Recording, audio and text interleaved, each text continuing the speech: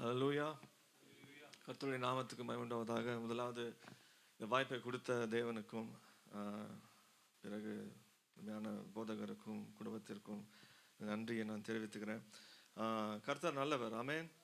நம்ம கடந்த சில வாரங்கள்லாம் நம்ம வந்து ஒரு சில டாப்பிக்லாம் நம்ம பிரசங்கம் கேட்டுட்ருக்குறோம். என்ன டாபிக் அது?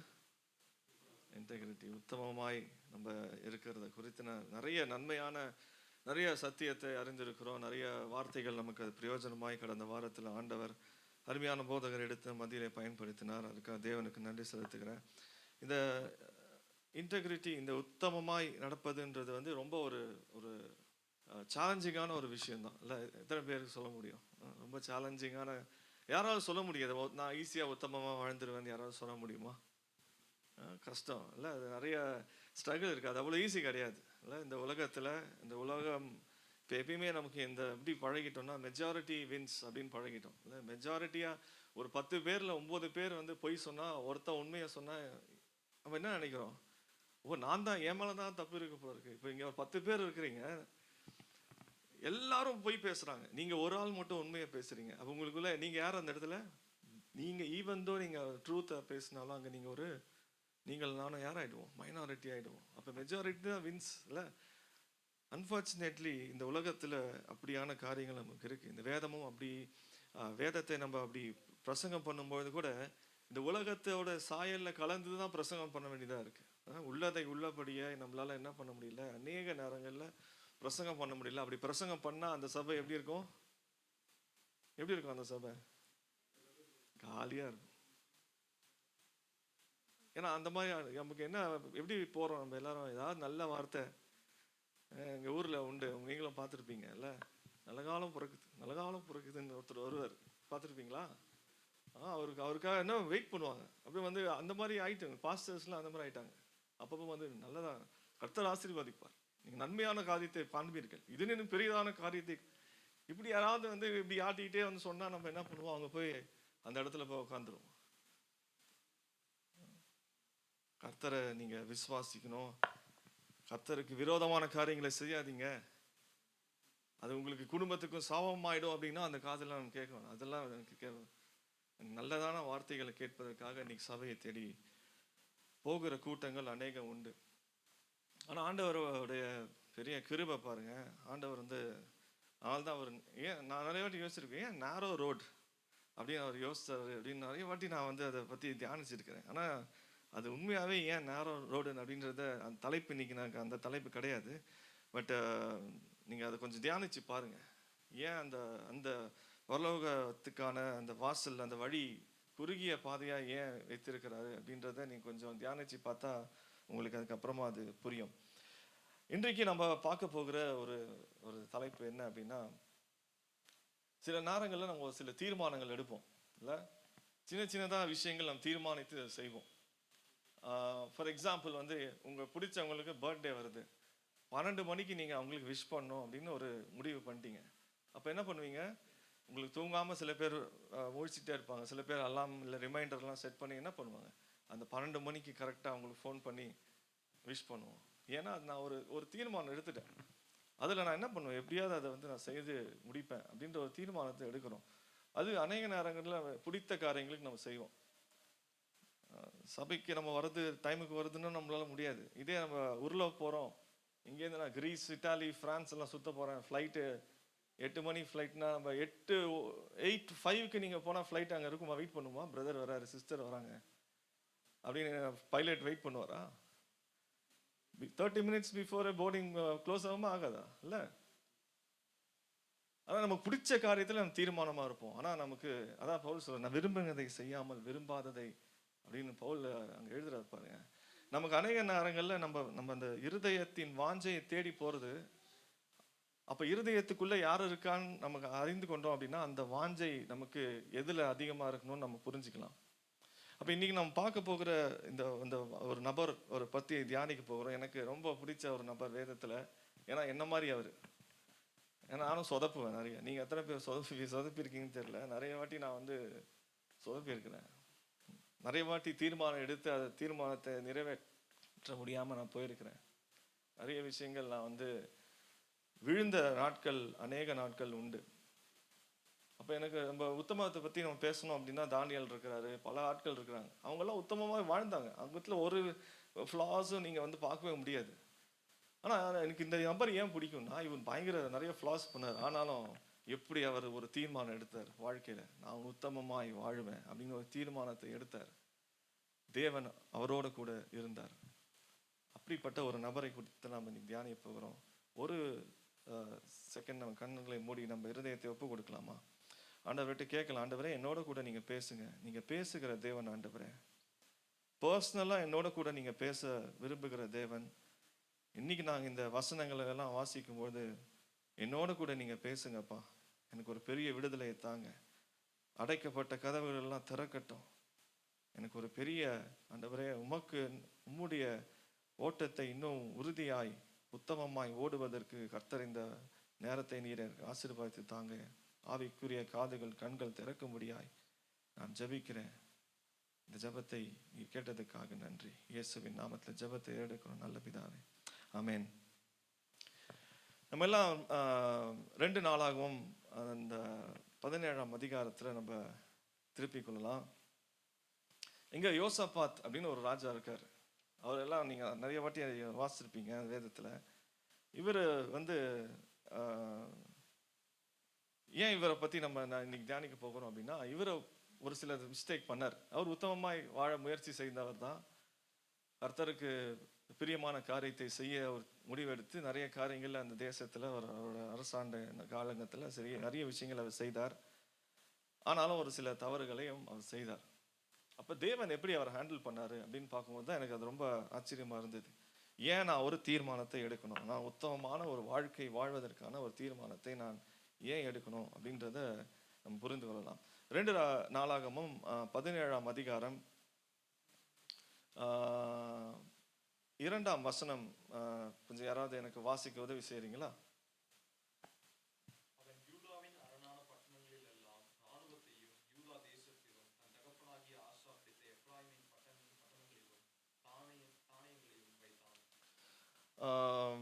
மூன்றாம் வசனமும் வாசிங்க.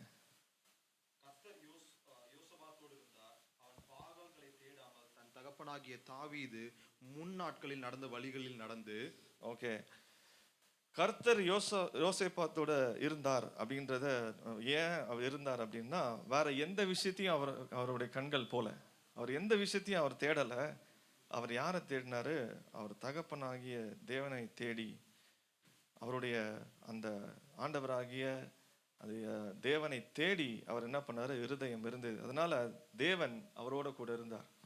இன்னைக்கு நம்ம சில நேரங்கள் நினைச்சிட்டு இருப்போம், சில பேர் நினைச்சிட்டு இருப்பாங்க, நான் என்ன இப்படிப்பட்ட வாழ்க்கையை வாழ்ந்தாலும் தேவன் என்னோட கூட இருப்பார் அப்படின்னு.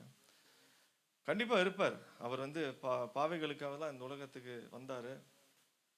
யாரு வேணா சபைக்குள்ள வரலாம், தவறே கிடையாது. ஆனா சபைக்கு வந்த பிறகு என் வாழ்க்கையில ஒரு மாற்றம் நிச்சயமா இருக்கணும். தேவன் அதை எதிர்பார்க்கிறார். அந்த மாற்றம் இல்லை அப்படின்னா நான் எப்படி வேணா வாழ்ந்துக்கலாம், நான் எப்படி இருக்கிறனோ அப்படியே நான் வாழ்ந்து கொண்டே இருக்கலாம்லாம் கிடையாது. எப்பேற்பட்ட வாழ்க்கை வாழ்ந்தாலும் சபைக்குள்ள யார் வேணா வரலாம். ஆனா சபைக்குள்ள வந்த பிறகு ஒரு மாற்றம் கண்டிப்பாக இருக்கணும். அந்த மாற்றம் இல்லை அப்படின்னா அப்போ அது தேவனோட அவரை இறங்கி வர வேண்டியதாகிடுது இல்லை. இப்போ சாதாரண ஒரு ஃபீவர் இருக்கு, சாதாரண ஒரு மைல்டு சிக்னஸ் இருக்கு, இங்கே கஷ்டம். நீங்கள் வந்து ரொம்ப கிரிட்டிக்கலாக இருந்தால் தான் அப்பாயின்மெண்ட் தருவாங்க. இப்போ நம்ம ஊரெல்லாம் இந்தியாவிலாம் பார்த்தீங்கன்னா சாதாரண ஒரு இதுக்கு நம்ம என்ன பண்ணுவோம், பக்கத்தில் இல்லை ஃபர்ஸ்ட் என்ன பண்ணுவோம், நம்மளே டேப்லெட், நம்மளே வி ஆர் கைண்ட் ஆஃப் பாதி டாக்டர்ஸ் நம்மலாம் இல்லை. நமக்கு தெரியும் தலைவலிக்கு தான் 1000 தூக்கி போடு அப்படின்னு சொல்லி என்ன பண்ணுவோம். இப்போ நான் ஊருக்கு கிளம்பி வந்தேன், வீட்டில் ஃபுல்லாக இவ்வளோ பெரிய டேப்லெட்ஸ் ஒரு கிட்டே கொடுத்தாங்க, இன்னும் யூஸ் பண்ணல, அப்படியே தான் இருக்குது.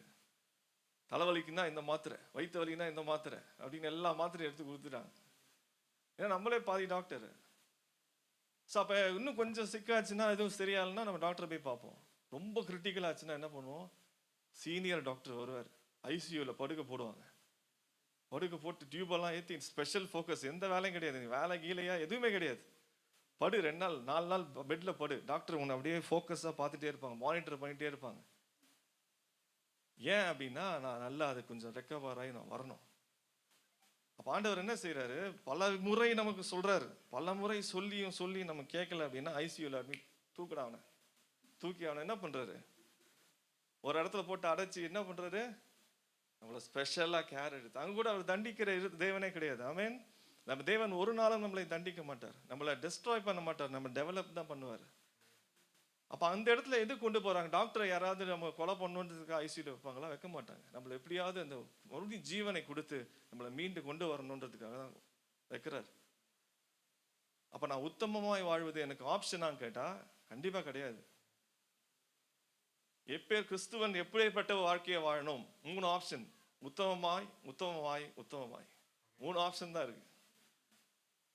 வேற ஏதாவது ஆப்ஷன் இருக்கான்னு தேவைக்கூடாது. வேற எந்த நீங்க அதுதான் வாழ்க்கை, அதுக்கு ஒரு ஆப்ஷனே கிடையாது. நீங்க நம்ம அன்பார்ச்சுனேட்லி நமக்கு அதை போதிப்பதற்கான சபைகள் மிக மிக குறைவா இருக்கு. நான் இந்த சபைக்கு வந்த முதல் நாள்ல அந்த லாஸ்ட்ல உட்காந்து நான் ப்ரே பண்ணேன். ஆண்டவரே எனக்கு நீங்க சொல்லுங்க. ஏன்னா நான் தேசத்துக்கு ஆண்டவர் கொண்டு வந்ததுலேருந்து எனக்கு என்னதான் நம்ம பல லாங்குவேஜ் எல்லாம் படித்து தெரிஞ்சுக்கிட்டா கூட நம்மளுடைய மதர் டங்கில் நம்ம வர்ஷிப் பண்ணுறதும் ஆராதிக்கிறதும் தனி ஸ்பெஷல். அது மாதிரி எதுவுமே வராது. அதனால நான் அதை உட்காந்து நீங்கள் ஜபித்த பொழுது ஆண்டவர் எனக்கு நிறைய காரியங்களை செய்தார். 2 வாரம் முன்னாடி நான் என்னோட தனிப்பட்ட ஜபத்தில் ஆண்டவர் எனக்கு சொன்ன காரியம் என்னன்னா, ஆண்டவர் இந்த சபையை ஒரு லேண்ட்மார்க்காக ஆண்டவர் வைக்க போகிறார். ஆமென். லேண்ட்மார்க்னு என்னது லேண்ட்மார்க்னா? இப்போ எனக்கு இந்த இடம் ஊரில் ரொம்ப பெரிய நிறைய இடம்லாம் தெரியாது.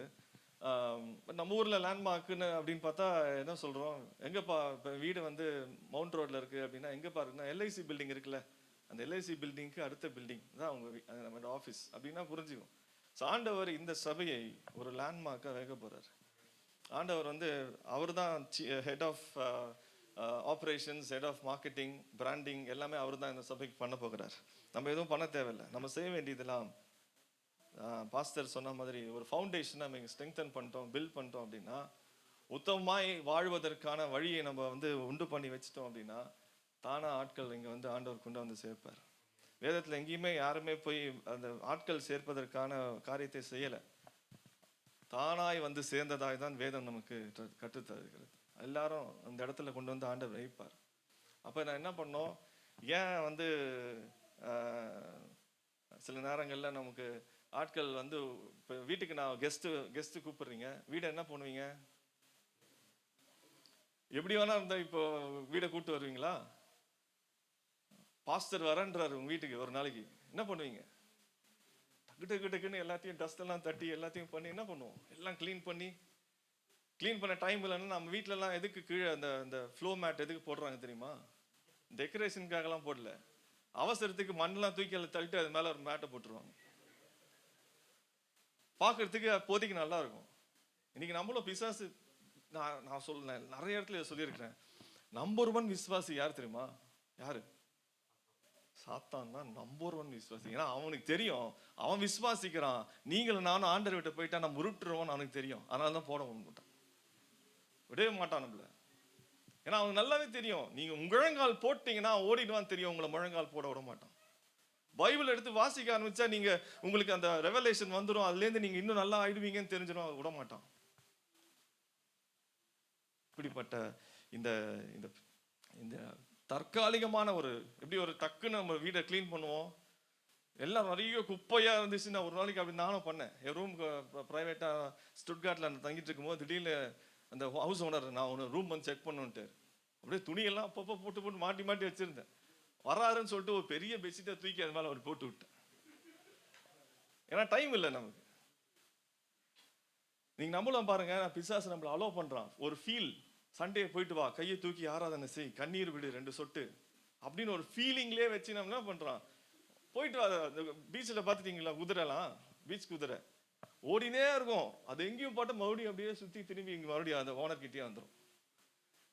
சாத்தான் சில நேரங்களில் நம்மள அப்படிதான் விட்டுறான். சர்ச்சுக்கு போறியாப்பா, போயிட்டு வா, நல்லா கண்ணீரோடு ஆராதிச்சுட்டு வா அப்படின்னு நம்மளும் என்ன பண்ணுவோம், ஓடுறோம் குதிரை மாதிரி.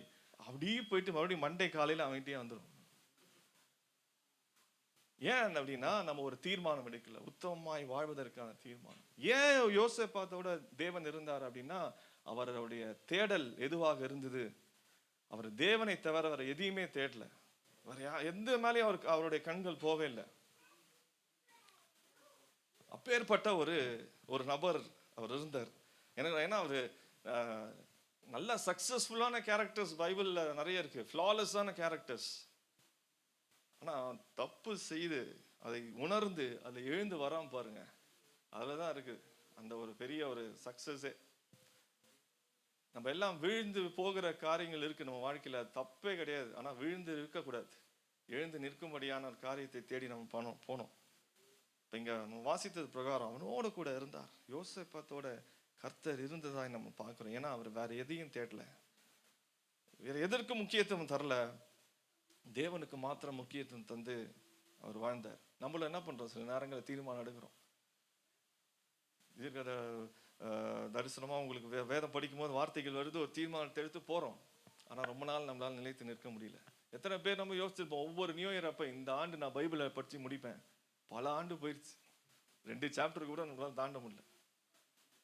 நிறைய பேர் என்ன பண்றோம், பைபிளை தூக்கிட்டு போய் சண்டே தூக்கிட்டு வந்து சண்டே மத்தியானம் போய் எங்கேயோ செல்ஃப்ல வச்சுட்டு மறுபடியும் அடுத்த சண்டே காலையில் தேடுவோம், இங்கே தானே வச்சேன் பைபிள், போன சண்டே வச்சனே காணுமே அப்படின்னு தேடுவோம்.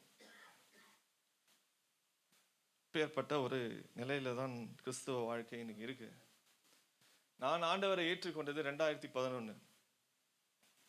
நான் எப்படி தெரியுமா நினைச்சேன், 2011 ஜூன் மாசம் முன்னாடி வரைக்கும் கிறிஸ்துவர்களாலே அன்பானவங்க, ரொம்ப எல்லாரையும் நேசிக்கிறவர்கள், எல்லாரையும் தூக்கி விடுகிற ஒரு காரியத்தை செய்ய, எல்லாருக்கும் உதவி செய்கிற எண்ணத்தை கொண்டவர்கள் அப்படின்னு தான் நான் நினைச்சேன். ஆனா இயேசுவை ஏற்றுக்கொண்ட பிறகு எனக்கு வந்தது பாருங்க, ஷாக்ஸ், டிசப்பாயின்மெண்ட்ஸ், ஹர்ட்ஸ். இது எல்லாம் வேற எங்கேருந்து வரல, கூட இருக்கிற சகோதரர், பிரைஸ் தி லார்ட் பிரதர் அப்படின்னு சொன்ன ஒரு சகோதரர்கிட்ட தான் வந்துச்சு எல்லாமே. ஸ்தோத்திரம், பிரைஸ் தி லார்ட், ஸ்தோத்திரம், பிரைஸ் தி லார்ட் அப்படின்னு சொல்லி சொல்லியே நம்மள என்ன பண்றாங்க, கவுத்துறாங்க.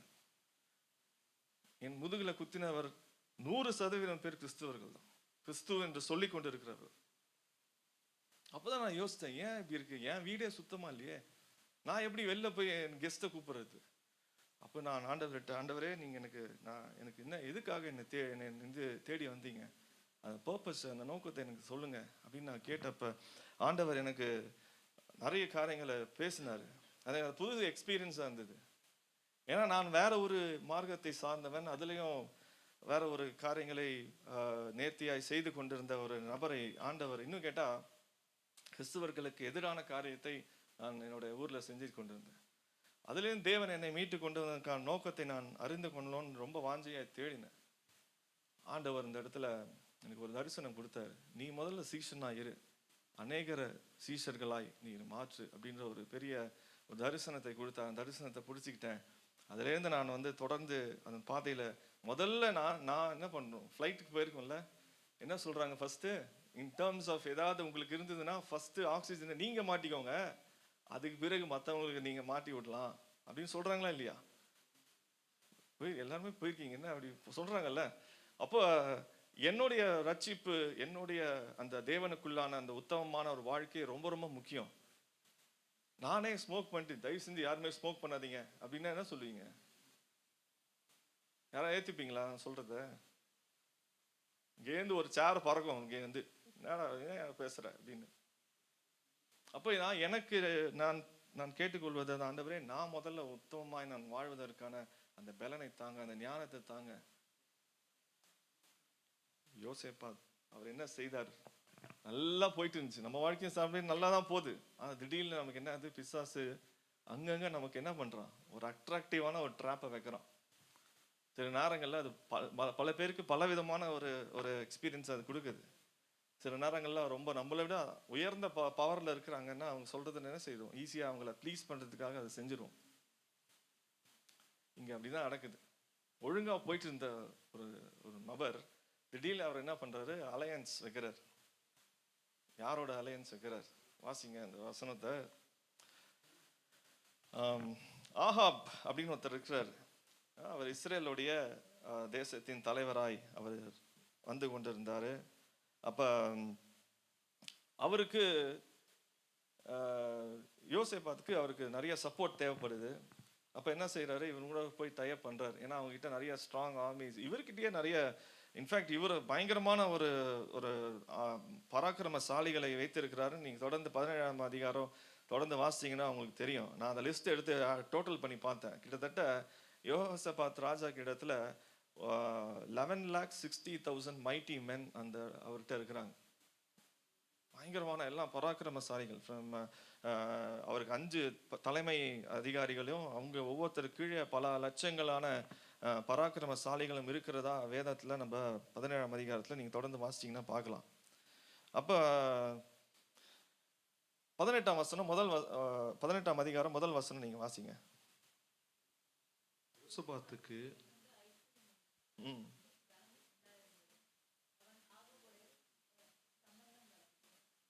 இங்கதான் பெரிய மிஸ்டேக் நடக்குது. ஆண்டவர் சில நேரங்களில் நம்மளை வந்து சில விஷயங்களை செய்யாத அப்படின்னா நம்ம என்ன பண்ணக்கூடாது, செய்யக்கூடாது. யாருமே இந்த ஸ்பீக்கரை பார்க்காதீங்க அப்படின்னா டக்குன்னு நம்ம அங்கே தான் பார்ப்போம். எல்லாரும் பார்த்தீங்களா? அது ஏன்னா நம்ம அப்படி ஆயிடுச்சு, நம்ம மைண்ட் அப்படி ஃபிக்ஸ் ஆயிடுச்சு. இந்த விஷயம் செய்யாதன்னா இருக்கு, ஏன் செய்யாதுன்னு சொல்றாங்க அப்படின்னு அதுல இருக்கு அப்படின்னு சொல்லி நம்ம பார்த்துட்டோம். எங்க தெளிவா வந்து ஆண்டவர் வந்து சொல்றாரு சில காரியங்களை அதை செய்யக்கூடாது அப்படின்னு. ஆனா அவர் என்ன சொல்றாரு, அலையன்ஸ் வைக்கிறார். நம்ம வாழ்க்கையில பார்த்தா நிறைய பேர் நம்ம ஆண்டவர் லைஃப்ல கொண்டு வருவார் பல விதமான ரிலேஷன்ஷிப்ஸ். பட் ஒவ்வொரு ரிலேஷன்ஷிப்புக்கும் நம்ம ஜபிக்கணும், ஆண்டவரே இது நீங்க அனுப்பின ஆளா, irrespective of gender, இது நீங்க அனுப்பின ஆளா, நான் வந்து எதற்காக இந்த ரிலேஷன்ஷிப்பை நீங்க எனக்கு காமிக்கிறீங்க, இதனால பக்தி விருத்தியான காரியங்கள் நடக்குமா, பக்திக்கு என்னுடைய சுத்தமத்துக்கு ஏதாவது பிரச்சனை வர மாதிரி இந்த உறவு இருக்குன்னா அந்த உறவை என்ன பண்ணணும், இந்த உறவை டிஸ்கனெக்ட் பண்ணிட்டு வரணும். அது எனக்கு நிறைய ஆதாயமா இருந்தாலும், எனக்கு நிறைய ஃபேவர்ஸ் அது மூலமாய் வரதா இருந்தாலும், என்னுடைய பக்திக்கும் என்னுடைய உத்தமத்துக்கும் அது ஒரு பிரச்சனையா இருக்கு அப்படின்னா அதுலேருந்து நான் வெளியில வரணும். ஏன்னா ஃபர்ஸ்ட் ப்ரையாரிட்டி அவங்களுக்காக ஜபிக்கணும், அந்த பர்சனுக்காக கண்டிப்பா நம்ம ப்ரே பண்ணணும். ஆனா நான் அந்த இடத்துல என்ன பண்ண முடியாது என்னால், ஏன்னா என்னுடைய பரிசுத்தம் என்னுடைய உத்தமம் அங்க கொஞ்சம் ஷேக் ஆகிற மாதிரி இருந்ததுன்னா நிச்சயமா வந்து, ஏன்னா இங்க பெரிய பிரச்சனை அதுதான். நான் 2015 இந்த ஊருக்கு வந்தேன், ஸ்டுட்கார்ட்டுக்கு வந்தேன். பயங்கர ஷாக்கு. என்ன ஒரு எக்ஸ்பெக்டேஷன்ல வந்தேன்னா, ஜெர்மன்ஸ்லாம் பயங்கரமா இருப்பாங்க, அவங்களாம் எவ்வளோ மிஷினரிஸ்லாம் இங்கேருந்து வந்திருக்கிறாங்க அப்படின்னு பயங்கரமா நான் ஒரு எக்ஸ்பெக்டேஷன்ல வந்தேன். ஆனா பயங்கரமான ஒரு டிசப்பாயின்மெண்ட். அப்போ எனக்கு ஒரு ஒரு ஒரு பெரிய பாஸ்டர், பெரிய சர்ச்சோட பாஸ்டர், அவர் ஐ டோன்ட் வாண்ட், நான் பேரை சொல்ல விரும்பல, அவரை நான் மீட் பண்ணுறதுக்கு ஆண்டவர் எனக்கு கிருபை செய்தார். அப்போ அவர் வந்து வீட்டுக்கு போன உடனே இன்வைட் பண்ணார். நானும் போனோம், எல்லாரும் போன உடனே அவர் வந்து ஷாம்பைன் ஓப்பன் பண்ணி கிளாஸில் ஊற்றி எனக்கு கொடுத்தாரு. அப்போ நான் அதை வந்து இது என்னன்னு கேட்டேன். நான் இது ஷாம்பைன் இருக்குது, இது ஆல்கஹால் இருக்கானா இருக்குன்னாரு. நான் சாரி, நான் அதை எடுக்க மாட்டேன் அப்படின்னே ரொம்ப ரொம்ப ஒரு மாதிரி டவுன் ஆயிட்டாரு. ஏன்னா அது வந்து எக்ஸ்பென்சிவ் ஷாம்பைன், நான் உனக்காக ஓப்பன் பண்ணேன், நீ என்னை வந்து இன்சல்ட் பண்ணிட்டாரு. நான் சொன்னேன், pastor I'm very sorry, but வந்து there are few things Lord told me not to do, அது இதில் ஒன்று, I will never do that. ஒரு காலத்தில் நான் ரொம்ப குடிகாரனாக இருந்தேன், வீட்லேயே அடிக்க வச்சிருப்பேன் பாட்டிலா. நான் எப்போ தேவன் நான் ஏற்றுக்கொண்டனோ அதுலேருந்து தேவன் ஒவ்வொரு விஷயமா ஆண்டவர் நம்ம கிட்ட அவர் உடைத்து உருவாக்குறாரு. ஒரு சிற்பி எப்படி ஒரு சிலையை தேவையில்லாத கல்கள் எல்லாம் உடைச்சி உருவாக்குறோம், உங்களையும் என்னையும் தேவன் அப்படி உடைக்கிறார். இது உன் வாழ்க்கைக்கு தேவையில்லை, இது உன் வாழ்க்கைக்கு தேவையில்லை அப்படின்னு ஆண்டவர் என்ன பண்றாரு, ஒவ்வொரு விஷயமாய் அழகான ஒரு உருவமாய் நம்மளை உடைத்து உருவாக்குறாரு. அப்போ ஆண்டவர்கிட்ட நான் கேட்கும்போது இதை முடியாதுன்னு சொல்லி எனக்கு சொன்னதுலேருந்து நான் அதை சைடே போகிறது கிடையாது. அப்போ அந்த பாஸ்டர்கிட்ட சொன்னேன், இல்லை இது வந்து எங்களுடைய கல்ச்சர், அது என்னால் அக்செப்ட் பண்ணவே முடியல. அப்போ எனக்கு ஆண்டவர் ஒரு பெரிய, அவரால் எனக்கு ஆதாயமாக வேண்டியது இருந்தது. ஆனாலும் நான் கொஞ்சம் ஆண்டவர்கிட்ட பலனை பெற்றுக்கொண்டு நான் அவர்கிட்ட கன்ஃபரன்ட் பண்ணுறதுக்கு ஆண்டவர் எனக்கு தைரியத்தை கொடுத்தார். 2015, ஆல்மோஸ்ட் 11 years பிஃபோர். ரொம்ப அந்த அளவுக்கு கூட எனக்கு ரொம்ப எக்ஸ்பீரியன்ஸ்லாம் கிடையாது, இப்போ இருக்கிற ஒரு பெரிய மெச்சூரிட்டி கூட அப்போ எனக்கு கிடையாது. ஆனால் இதில் மட்டும் ஆண்டவர் எனக்கு ஒரு தீர்மானமாய் இதில் நான் செய்யக்கூடாது அப்படின்னு ஒரு முடிவில் இருந்தேன். அப்போ அவர்கிட்ட நான் சொன்னேன், இது நீங்கள் ஃப்ளைட்டில் போகிறீங்க, பைலட் வந்து சின்ன ஆல்கஹால் குடிக்க அலோவ் பண்ணுவாங்களா பைலட்ஸ்க்குன்னா? இல்லை, குடிக்க மாட்டாங்க. நீங்கள் ஒர்க் பண்ணுறீங்க, ஆல்கஹால் எடுக்க முடியுமா? இல்லை முடியாது. சரி, நீங்கள் பிரசங்கம் பண்ணுறீங்க, ஒரு பாஸ்டராக இருந்து புல்பீட்டில் இருந்து நீங்கள் எப்பயாவது இந்த மாதிரி ஷாம்பெயின்லாம் குடிக்கலாம் அப்படின்னு உங்களால் சொல்ல முடியுமாண்ணா? முடியாது. ஏன் முடியாது? ஏன்னா அது தவறு. அப்போ தவறான காரியத்தை நம்ம செய்ய நம்ம என்ன பண்ணக்கூடாது, தேவனுக்கு விரோதமாய் அது செய்கிற காரியமாய் அது இருக்கிறதுனால அதை நம்ம செய்யக்கூடாது. அப்போ அந்த பாஸ்டருக்கு புரிய வச்சேன். அவர் அதை ஏற்றுக்கல. ஆனால் அதுக்கப்புறமா எனக்கு இன்னும் அந்த வாட்ஸ்அப் டெக்ஸ்ட் நான் வச்சுருக்கேன். அவர் அனுப்புகிறாரு, thank you Joshua, I learn something new today from you அப்படின்னு அனுப்பிச்சார்.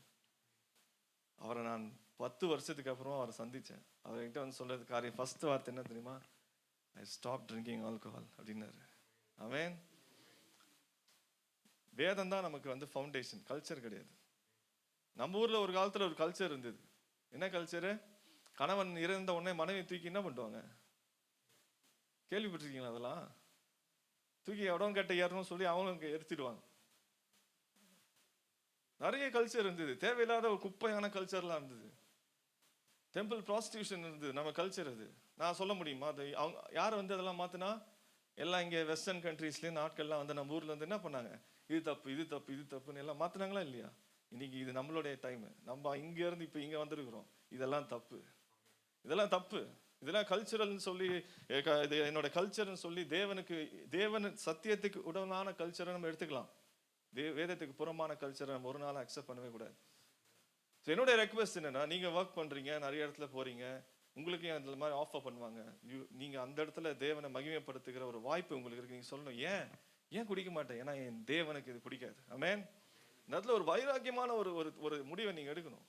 யாருக்கு தெரிய போகுது, நீங்கள் தனியாக இருக்கேன், என் மனைவி பிள்ளைகள்லாம் ஊரில் இருக்கிறாங்க, யாருக்கு தெரிய போகுது நான் எப்படி வாழ்ந்தா என்னன்னு வாழல. ஆனால் என்னை ஒருத்தர் பார்த்துக்கிட்டே இருக்கிறாரு. உங்கள் வாழ்க்கையை சுற்றி ஒரு 360 டிகிரியில் high definition 8K 16K camera வந்து இருக்குது. ஆண்டவர் அங்கேன்னு உங்களை பார்த்துட்டே இருக்கிறாரு. ஓ இதெல்லாம் செய்கிறே நீ, நம்ம நினச்சிட்டு இருப்போம். ஆதாம் ஏவாளும் பாவம் செஞ்ச உடனே இப்போ என்ன பண்ணாங்க, மறைஞ்சிக்கிட்டாங்களா இல்லையா? இங்கே இதுக்குள்ளே நான் ஒழிஞ்சிக்கிறேன், என்னை கண்டுபிடிங்கன்னா உங்களுக்கு என்ன வச்சுங்க, என்ன இருக்குது, இவ்வளோ பெரிய உருவமாக இருக்கு, இங்கே போய் நம்மளால மறையவே முடியாது. ஆண்டவருடைய பார்வையிலேருந்து நம்மளால மறைந்து எதுவுமே செய்யவே முடியாது. ஆமென். இதை ஒத்துக்கிறீங்களா எல்லாரும்? ஆண்டவருக்கு தெரியாம நம்ம ஏதாவது செய்ய முடியுமா? ஆனா உங்களுக்கு தெரியாம நான் ஏதாவது செய்ய முடியுமா? முடியும். இங்க முன்னாடி இருந்து நல்லா சாப்பிட்டா கர்த்தர் உங்களை நேசிக்கிறார் அப்படின்னு சொல்லிட்டு பின்னாடி போய் நான் என்ன வேணா பண்ணலாம். உங்களுக்கு மறைவான காரியத்தை நான் செய்ய முடியும். ஆனா தேவனுக்கு மறைவான அவருக்கு ஒன்றுமே கிடையாது. எல்லாம் அவர் முன்பதாக நம்ம எல்லாம் வெளிப்படையா இருக்கு. உங்களை என்னையும் முழுசா தெரிஞ்சவர் யாரு?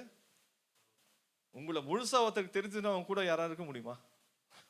யோசிச்சு பாருங்க. என்னோட கேரக்டர், இருதயத்துல உள்ள இருக்கிற ஆழத்துல இருக்கிற எல்லா காரியங்களும் ஒருத்தருக்கு தெரியுதுன்னா உங்களோட கூட என்னோட கூட அவங்க பேசுவாங்களா? தெரியல. மேபி அவங்களும் நீ நானும் ஒரே டீம் தான் போட்டுக்கோ அப்படின்னு சொல்லி ஒவ்வொரு இருதயத்துலயும் அதே தான் இருக்கு, ஏன் இருதயத்துலயும் அதே தான் இருக்கு, நம்மளாம் ஒரே டீம் அப்படின்னு அப்படி வேணா வந்து சேரலாம். ஆண்டவர் வந்து அப்படி நம்மளை வைக்கல. அதனால்தான் எனக்கு ரொம்ப படிச்சுட்டே வரும்போது ஃபர்ஸ்ட் டைம் வந்து அடப்பாவி இப்படிதான் நல்லா போயிட்டு இருந்துச்சுலடா வாழ்க்கையில.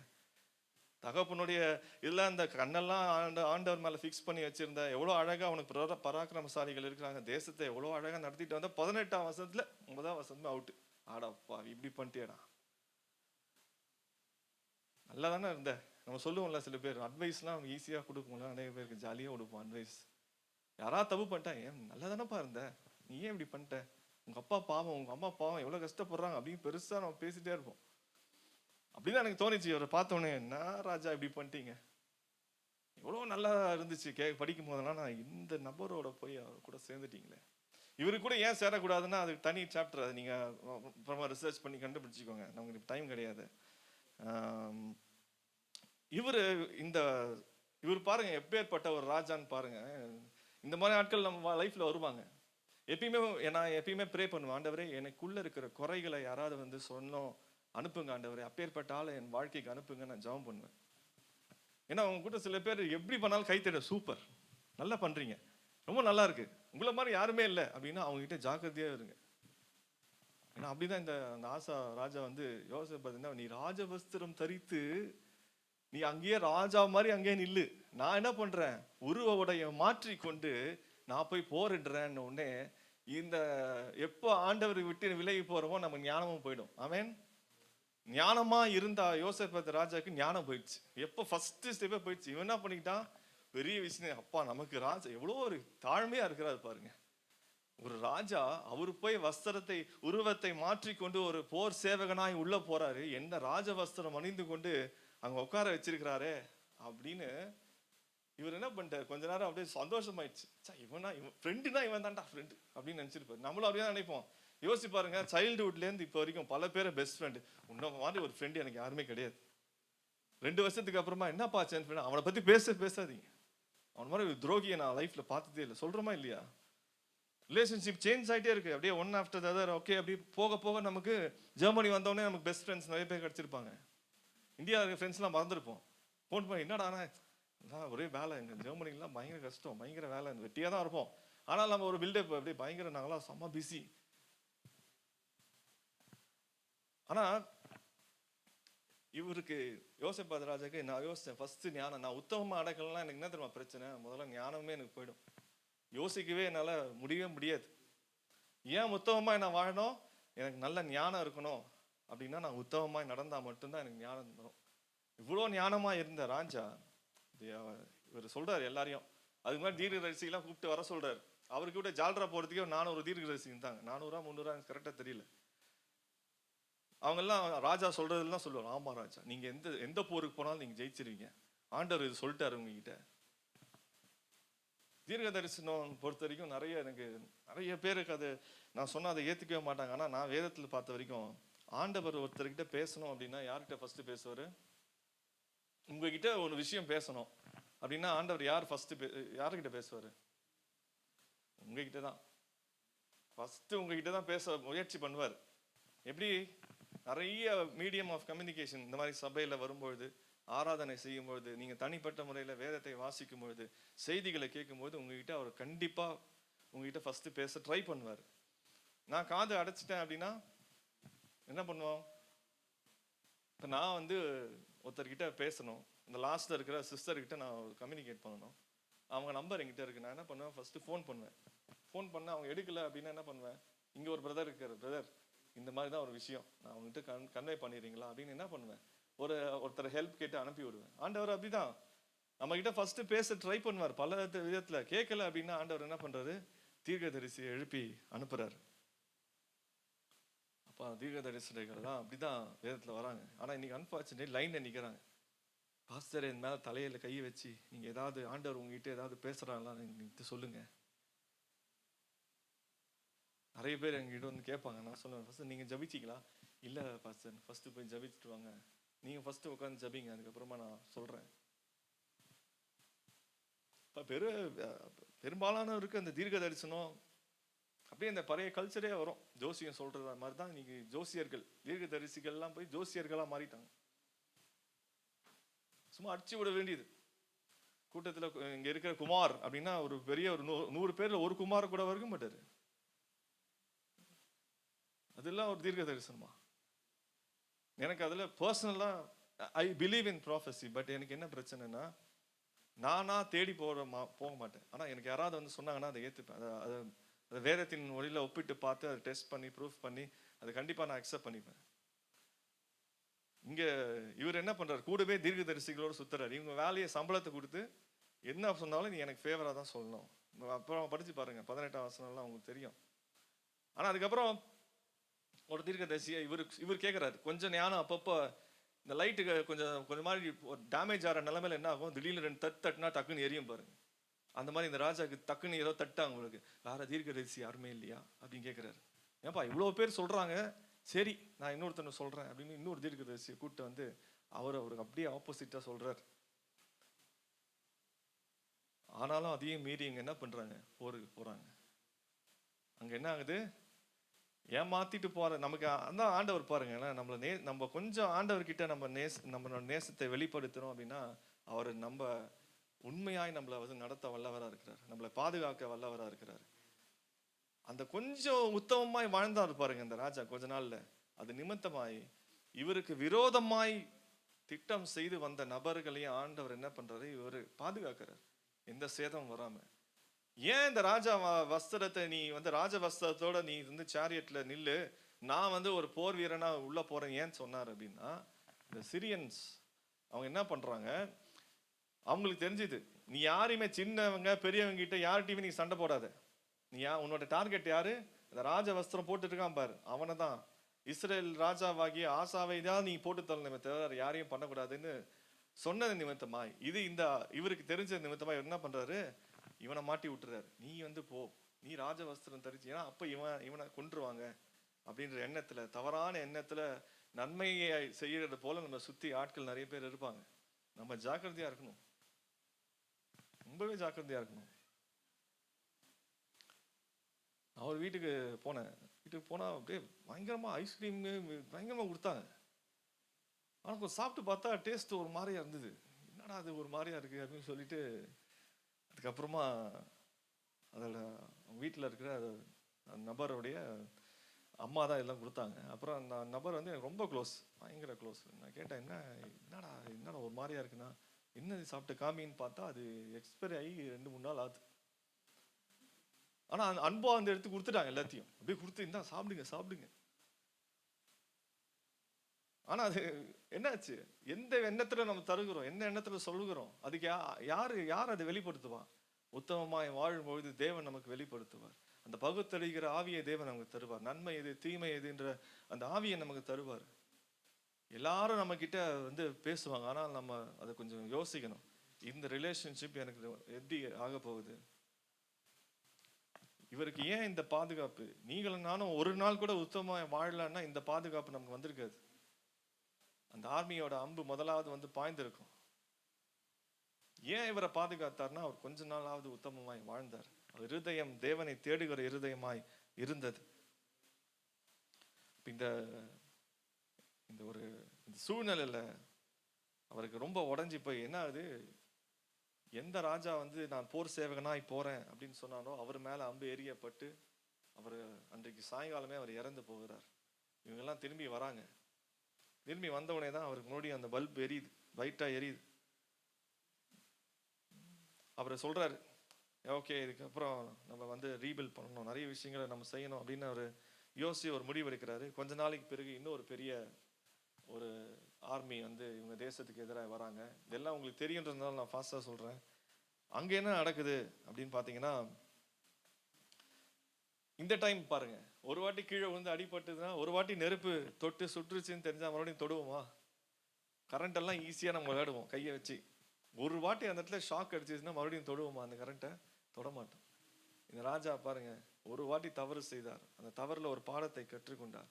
அடுத்த முறை அதே மாதிரி ஒரு சிச்சுவேஷன் வருது, ஆனா இந்த வாட்டி அவர் எப்படி ஹேண்டில் பண்றாரு அப்படின்றத கொஞ்சம் வசனங்களை வாசிச்சு நம்ம தியானிச்சு ஜபித்து முடிக்கலாம்.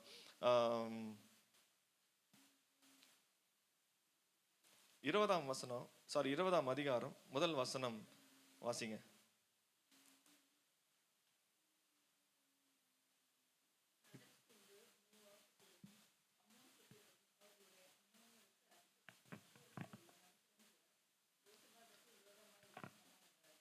வாசிங்க, தொடர்ந்து வாசிங்க.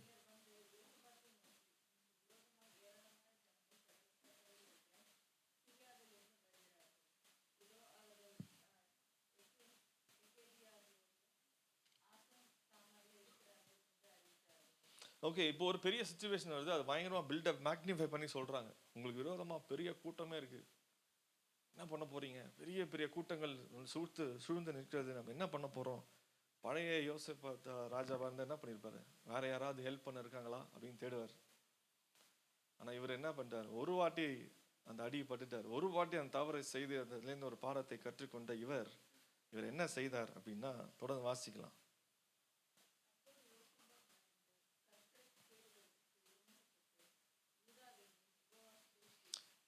இப்போ எவ்வளோ ஒரு சேஞ்ச், ஒரு டிரான்ஸ்ஃபர்மேஷன் நடக்குது பாருங்க. இப்போ என்ன அவர் டிசைட் பண்றாரு, இப்போ நான் யாரையும் தேடி நான் போறதில்ல, நான் யாரை என்ன பண்ண போறேன்? கர்த்தரை தேடி. அவர் பயந்தாரு, உள்ளுக்குள்ள ஒரு பயம் இருந்துச்சு. ஆனா அந்த பயத்தை அவர் பெருசா பார்க்காம அந்த பயத்தோட அவரை கர்த்தரை தேடுகிறதுக்கு ஒருமுகப்பட்டு யூதா வெங்கும் உபவாசத்தை, எல்லாரும் ஃபாஸ்டிங், ஒருத்தர் கூட கிடையாது, எல்லாம் இன்னும் கேட்டா ஆடு மாடு மிருகம் எதுவுமே எல்லாம் கம்ப்ளீட் ஃபாஸ்டிங். யோசிச்சு பாருங்க, அப்படி ஒரு தேசம் நமக்குள்ள இருந்ததுன்னா, தேசத்துல இருக்கிற எல்லாரும் ஒரே எண்ணத்தோடு, ஒரே சிந்தையோடு, ஒரே ஒரு விசுவாசத்தோடு இருந்தா எப்பேற்பட்ட ஒரு ஆசீர்வாதமான தேசமா இருக்கும் பாருங்க. 4ஆம் வசனம்.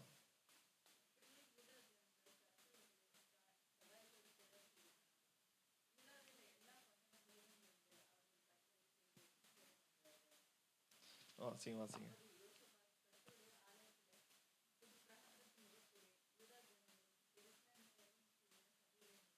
ம்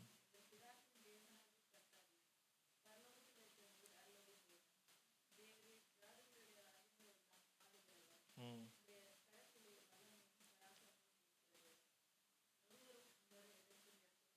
இங்க பாருங்க, ஒரு சுச்சுவேஷன் வரும்போது எப்படி தேவனை ஃபர்ஸ்ட் பிரைஸ் பண்றாரு பாருங்க, எவ்வளவு துதிக்கிறாரு பாருங்க, அவர் நாமத்தை எப்படி உயர்த்துகிறாருன்னு பாருங்களேன். எவ்வளோ ஒரு மெச்சூரிட்டி வந்துருச்சு பாருங்க. ஒரு வாட்டி தப்பு செய்தார், ஆனால் அதில் தப்பு திரும்பி செய்யாதபடிக்கு அதுலேருந்து ஒரு பெரிய ஒரு மெச்சூரிட்டி அவருக்குள்ள, அந்த உத்தமமாய் வாழ்வதற்கு அந்த அடையாளம் தான் நமக்குள்ள ஒரு ஸ்பிரிச்சுவல் மெச்சூரிட்டி பயங்கரமாக வரும். ஆண்டவர் அதை கொடுக்குறாரு.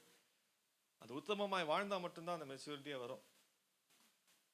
அப்போ அந்த சொல்றாரு ஆரம்பிக்கும் போது பெரிய பிரச்சனை பயம், நமக்கும் நிறைய போராட்டங்கள் நம்ம வாழ்க்கையில் வந்திருக்கும். ஆண்டவரே ஃபர்ஸ்ட் ஜெபமும் சரீர பலவீனம்னா ஃபர்ஸ்ட் எடுத்தோன்னே ஆண்டவரே இந்த வலியை நீக்கி போடுங்க அப்படிதான் அவன் ஜபிக்கணும். ஆனால் இங்கே யோசிப்பா, தேசத்துக்கு எதிராய் ஒரு பெரிய பிரச்சனை வருது.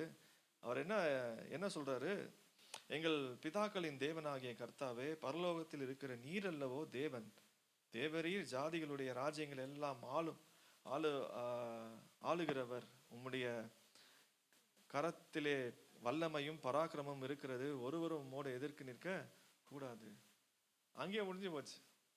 உங்களுக்கு எதிராக யாராவது நிற்க முடியுமா? ஆண்டவரே நாங்கெல்லாம் உங்களோட கூட இருக்கோம், உபவாசிக்கிறோம், பாருங்க நீங்க இருக்கிறீங்க, இந்த இடத்துல உங்களுக்கு விரோதமா ஏதாவது நடக்க முடியுமா?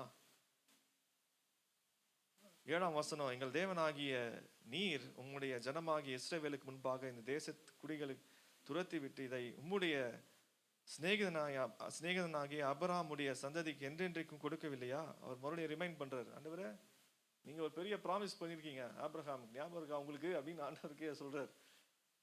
நீங்க அதை கொடுத்துருக்கீங்களா, அதை எப்படி நீங்க மாறுவீங்க? ஆண்டவர் உங்க வாழ்க்கையில ஒன்று சொல்லிட்டாருன்னா நிச்சயமா செய்வார். ஆமேன். இந்த சபையை குறித்து இந்த தரிசனத்தை ஆண்டவர் கொடுத்திருக்கிறாருன்னா நிச்சயமா நிறைவேற்றுவார். ஆமேன். அது எப்படி அவர் நிறைவேற்றாமல் போவார்?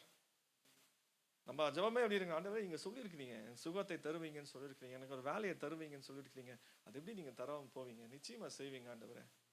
நம்ம ஜபங்கள் அப்படிதான் இருக்கணும். அவரை எனக்கு ஆண்டவர் நிச்சயமா செய்வார். சூழ்நிலையை பார்க்கும்போது எதுவுமே எனக்கு பாசிட்டிவா இல்லாம தெரியல, ஆனா நமக்குள்ள பேசணும், என்னுடைய தேவன் பெரியவர், அவர் சொன்னதை செய்கிறவர், அவர் நிச்சயமாய் செய்வார். இந்த விசுவாசம் நமக்குள்ள இருக்குது அப்படின்னா நம்ம ஆண்டவர் நம்மளை இன்னும் ஈஸியா நம்ம ஆண்டவரை புரிந்து கொள்ளலாம், அறிந்து கொள்ளலாம், உத்தமமாய் வாழ்வது ஈஸியாயிடும். நான் ஃபர்ஸ்ட் கேள்வி கேட்டேன்ல, உத்தமமா வாழ்வது கஷ்டம்னு எல்லாருமே கை தூக்க முயற்சி பண்ணீங்கல்ல, ஆனா இந்த ஒரு காரியத்தை அந்த ரிலேஷன்ஷிப்பை பில்ட் பண்ணணும்னா உத்தமமாய் வாழ்வது நமக்கு மிக எளிதாயிடும். ஆமேன்.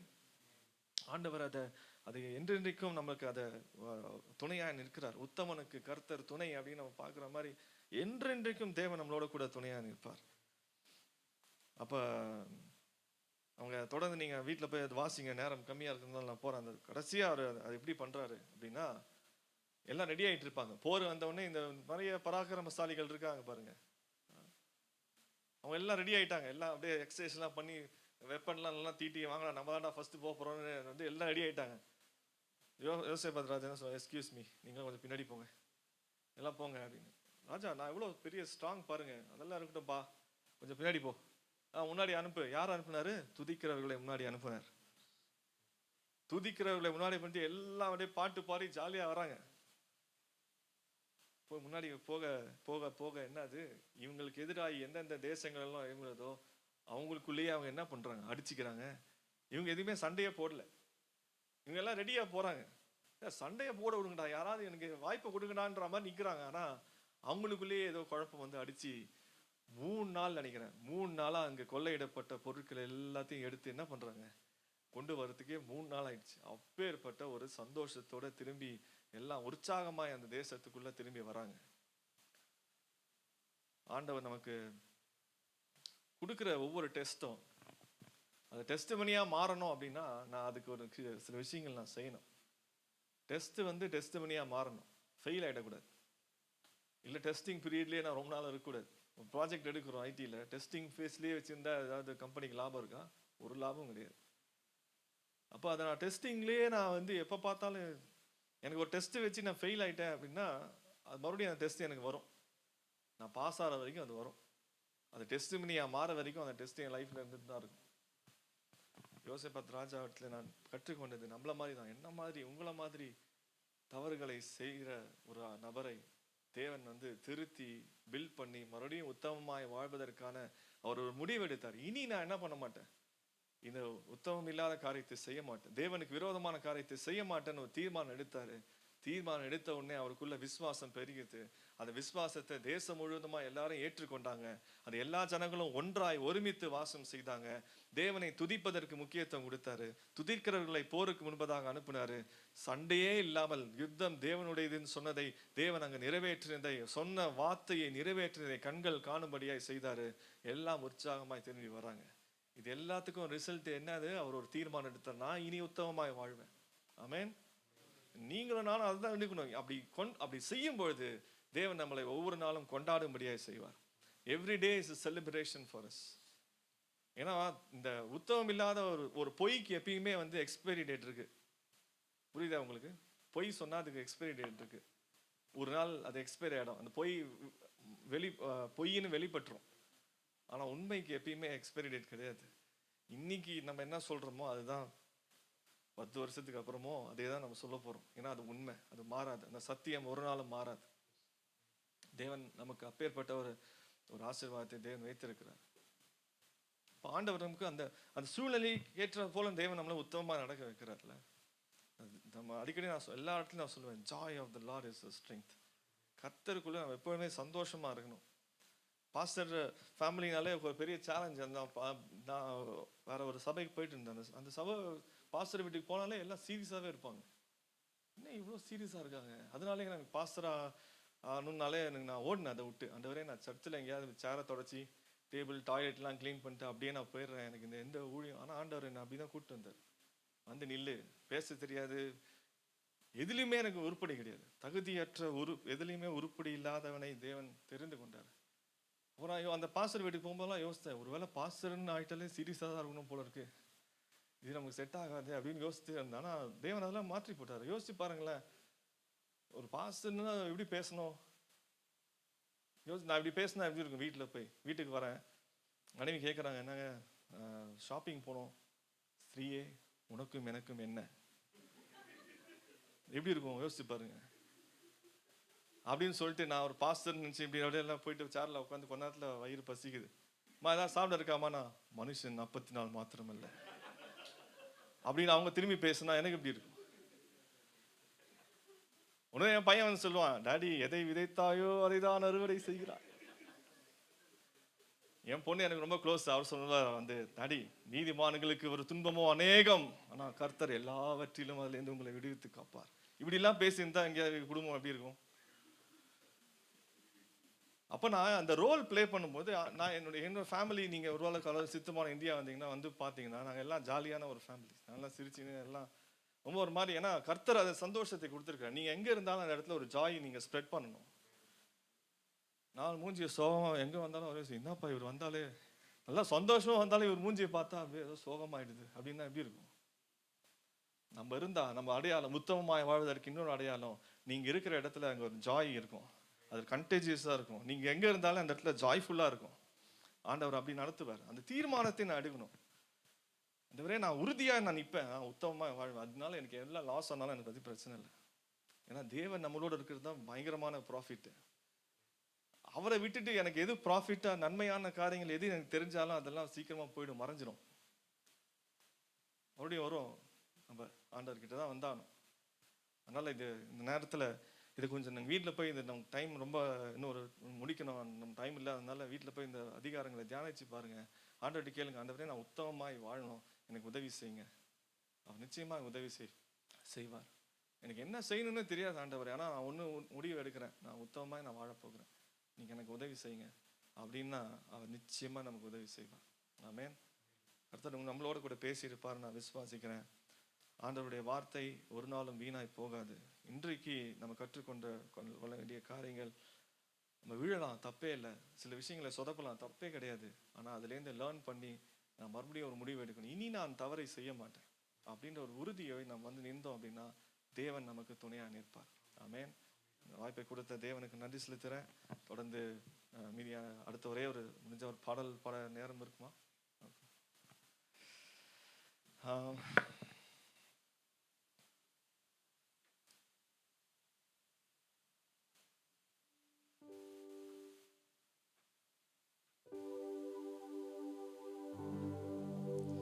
நாம் தெரிந்த பாடல், என் தேவன் என் வெளிச்சம். Thank you, Jesus.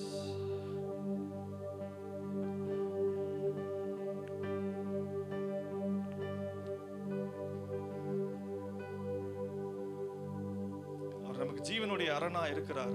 எதற்குமே நம்ம அஞ்ச வேண்டாம். ஆமென். பெற்ற தாயும் தந்தையும் நம்மளை கைவிட்டாலும் ஒரு நாள் நம்மளை கைவிடாத தேவனாக இருக்கிறார். இந்த பாடலை பாடும்போது நம்ம ஒரு விசுவாசத்தோடு, ஆண்டவரே என் வாழ்க்கையில நீங்க தான் எனக்கு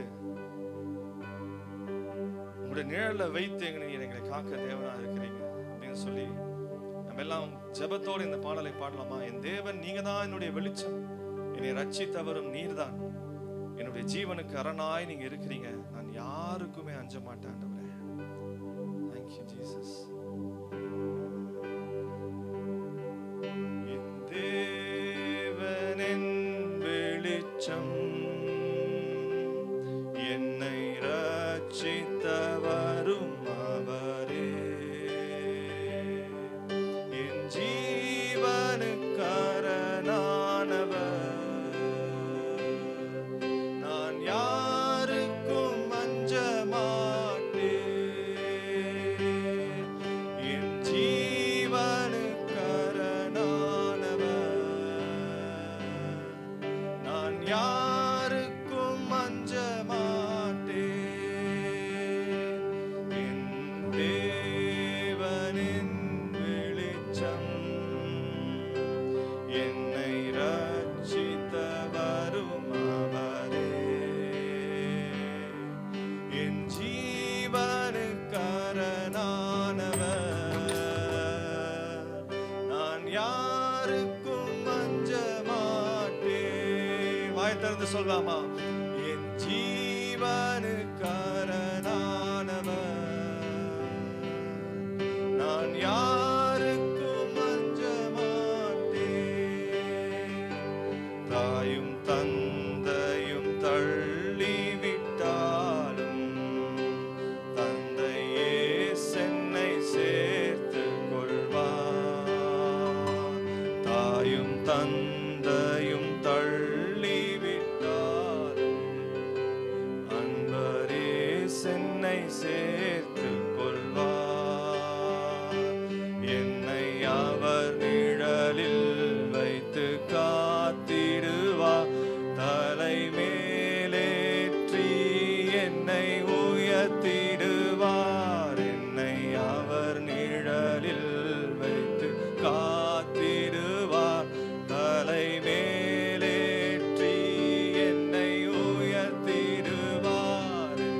தேவனின் வெளிச்சம்,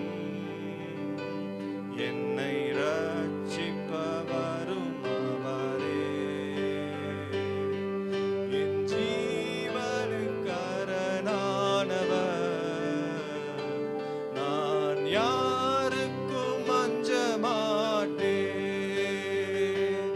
என் ஜீவனுக்கு அரணானவர், நான் யாருக்கும் அஞ்ச மாட்டேன்.